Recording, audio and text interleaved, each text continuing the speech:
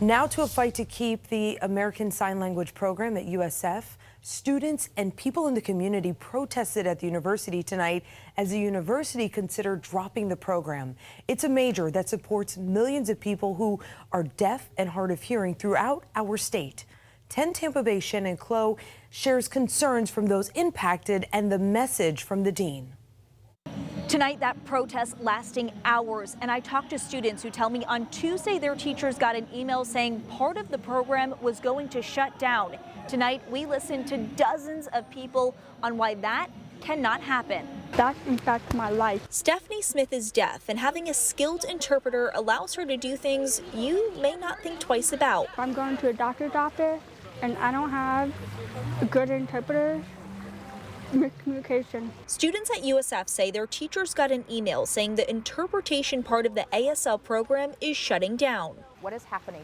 Why are you doing this? Why can't we just keep it the way it is? The dean for the College of Behavioral and Community Sciences was at the center of the protest tonight, addressing what she calls miscommunication. They thought faculty were going to lose their jobs. That's not true.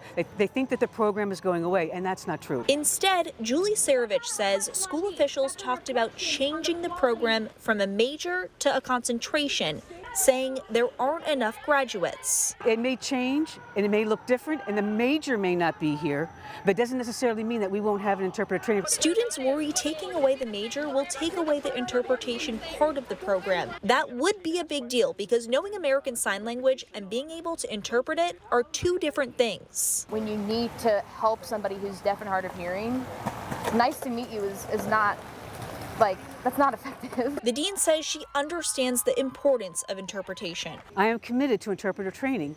It's just a matter of will it stay as a major? Or can we find another way of offering it? Students say in the state, USF is the only college that offers an in-person interpretation program. Smith says for her and thousands of others, this program is their voice. Keeping the program, keeping the classes, keeping everything. The dean also addressing that there was a faculty issue within the program that's playing into all of this. She says that everyone's going to meet together and they're going to discuss what changes should be made. She said there's no timeline on when this is all going to happen. She said it could take months.